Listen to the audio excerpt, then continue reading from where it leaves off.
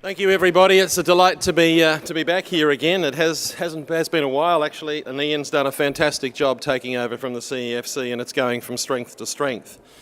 While Alan provided a little bit of colour, what I'm going to do is actually provide a very bright LED light. I can't say blowtorch anymore in relation to into what's going on, but before I start, I'd obviously like to acknowledge and pay my respects also to the Gadigal people. And may together we develop the skills to be able to, in harmony, work well within this economy and preserve it for future generations. Today, where we are, in reality, is we are way off track. Our emissions are continuing to rise. We continue to ignore science.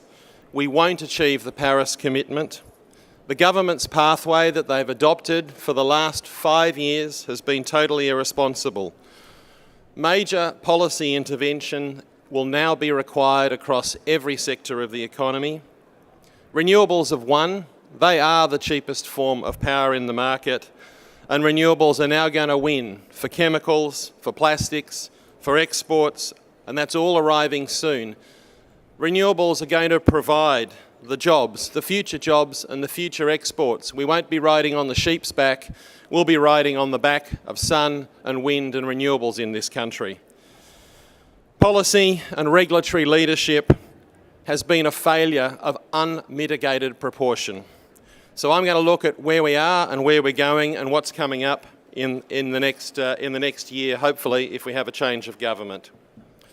Now, clearly, regardless of what the government says, emissions continue to rise, and the government still has no plan to address it. We all saw the NEG. You heard me speaking about the NEG at one of these conferences. The NEG was a carefully crafted policy to do nothing. It was designed to lock in no action between 2020 and 2030. Now, if you want to be serious about having a future for your grandchildren, you need this country to be on a path consistent with a 2-degree target. All the lines below this is where Australia should be going. The top line is where this government had us going. We're now going back to science. Thank God we're going to go back to science. These were the recommendations from the Climate Change Authority in 2014 on where this nation should go if we were to be responsible as citizens, responsible to other nations, and responsible to future generations. That independent report stated quite clearly that we needed to be targeting emissions reductions of between 40% and 60% by 2030. The result of that report, which was issued in February 2014, was the authority was gutted. All of its finance was taken away. So realistically, where are we at the moment? We are off path. We're off path and where emissions are rising. We're not heading towards Paris, and we're not being responsible in relation to meeting a 2-degree target or acting in the best interests of future generations. The line at the bottom is the Climate Change Authority's targets that they set in 2014. We've ignored it and ignored it and ignored it, but the science doesn't change. If you want to go, because people keep saying, oh, look, we had quarterly reductions of emissions, let's get really excited. Isn't it surprising that over a year you do have quarterly reductions of emissions, but over the whole year they continue to rise? There is no reduction that's occurred in emissions whilst this government has been in place over a 12-month period.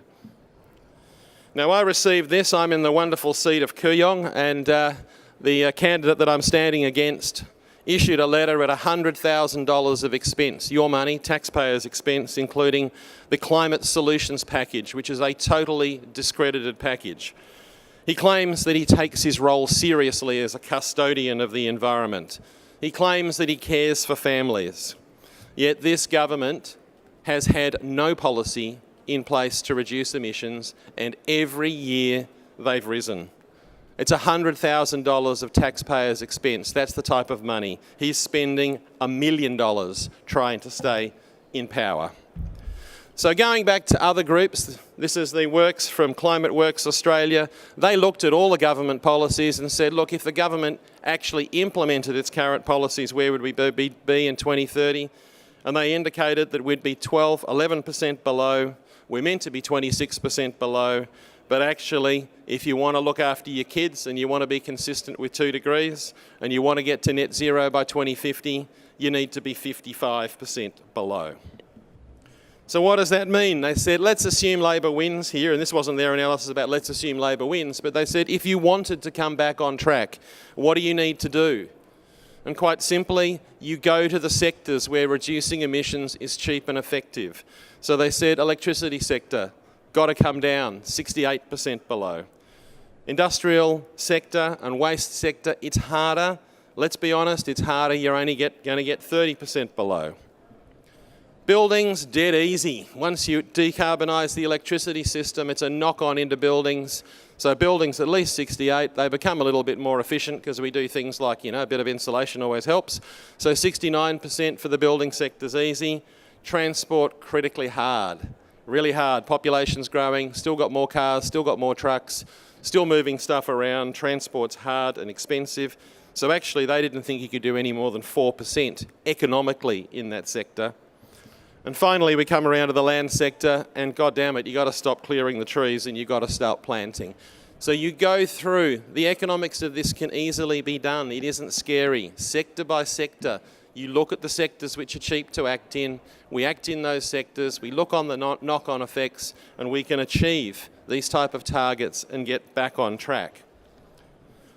Again, going back to that report, because science doesn't change and doesn't change just because the Liberal policies think that they do. This was the report again before the Liberal Dark Ages in 2014, and what they said is in 2030, by 2030, coal would be down to 20%. Now what I want you to be is not fooled by the government agencies, and I've been one of them, who have to report to their own ministers. When they're showing people closures, they're showing closures of coal-fired power stations based upon government proposed policies. They're showing you the type of transmission system you need based upon government proposed policies. They're not showing you the closures that are going to happen or the implementation of the electricity system you're going to need if you are going to be consistent with 2 degrees or if you're going to be consistent with trying to bring Australia to net zero emissions by 2050. So the numbers that you see on the board from government agencies, don't kid yourself, because they're actually not independent all the time and they're using government policy to back them up. They don't show you the true picture. This transition is going to be much faster. This is what the Climate Change Authority was saying was needed to get to 2 degrees. We know the science. 2 degrees is not enough.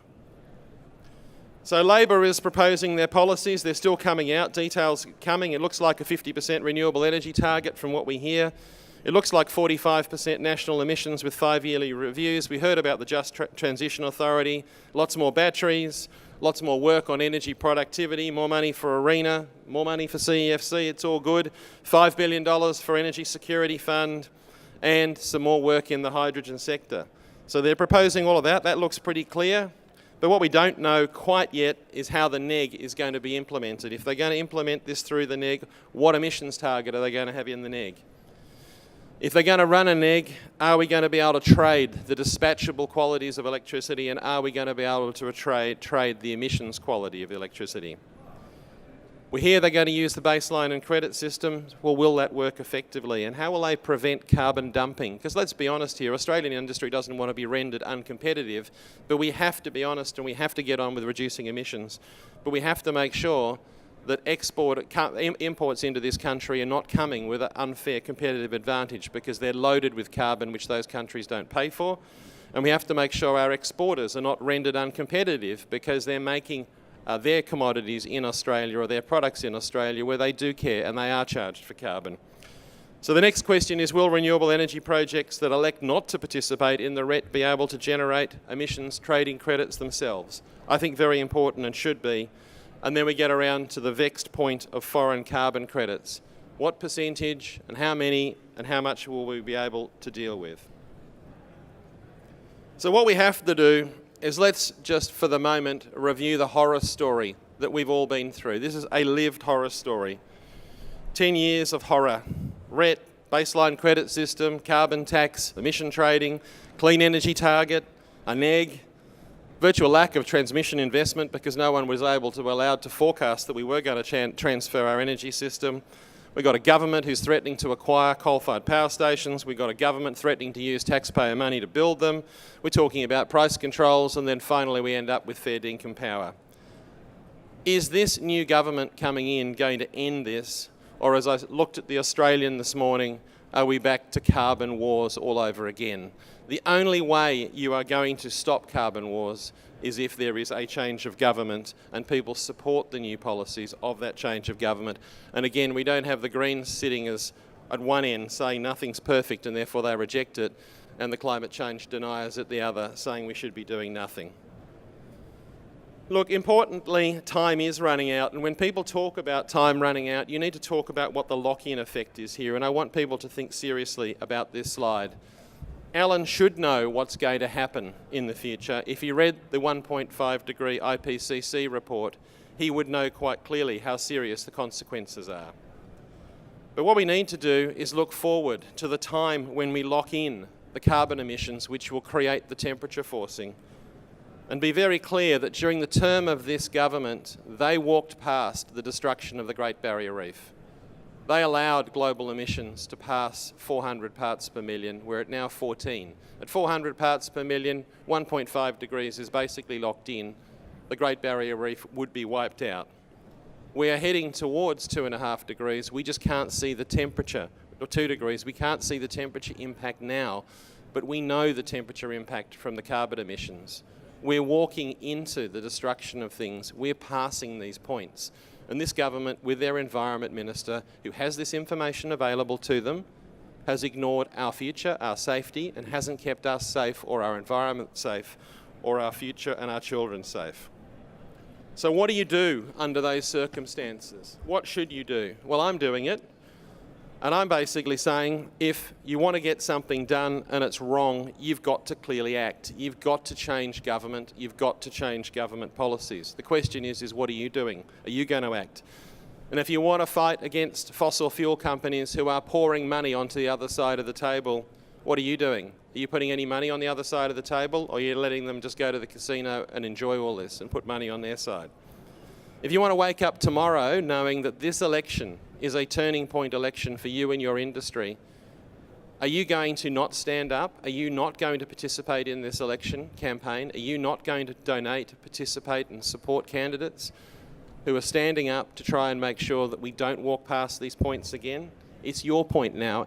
We've stood up. Zalia and myself and many others have stood up now to try and address this. It's time for people in this audience to also stand up. So unfortunately, ladies and gentlemen, welcome to the horrible world of American-style politics. The Liberals love American-style politics. It's all based upon money buying votes. $1 million or over $1 million is being spent in my electorate by the Liberal Party. Over $1 million is being spent in Zalia's electorate. That's not the country I thought we were, that we were just going to enter a US-style world of money politics. So I want to change the system. As part of this, it's not only climate change, it's actually democracy we're fighting for here. Money politics is destroying democracy. We need a cap on expenditure at election times per seat, and we need a cap on donations. And it's time that as we don't have them today, if you want them in the future, you're going to have to act today and put your money in your pocket. So before you leave here, I would encourage you to think about your responsibility as others are, and as others are standing up, to what you can do to make sure we don't go through another 5 years of policy paralysis, to make sure you can go home and look at your kids in the face and saying you've done what you could do to act. I encourage you to go to my website and as a minimum, sign up.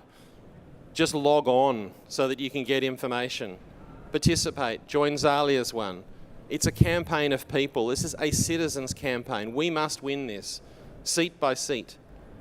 Person by person, company by company, particularly in this space. If you don't want this policy paralysis again, if you don't want this country passing turning points, which we could have actually changed path on, we need to change.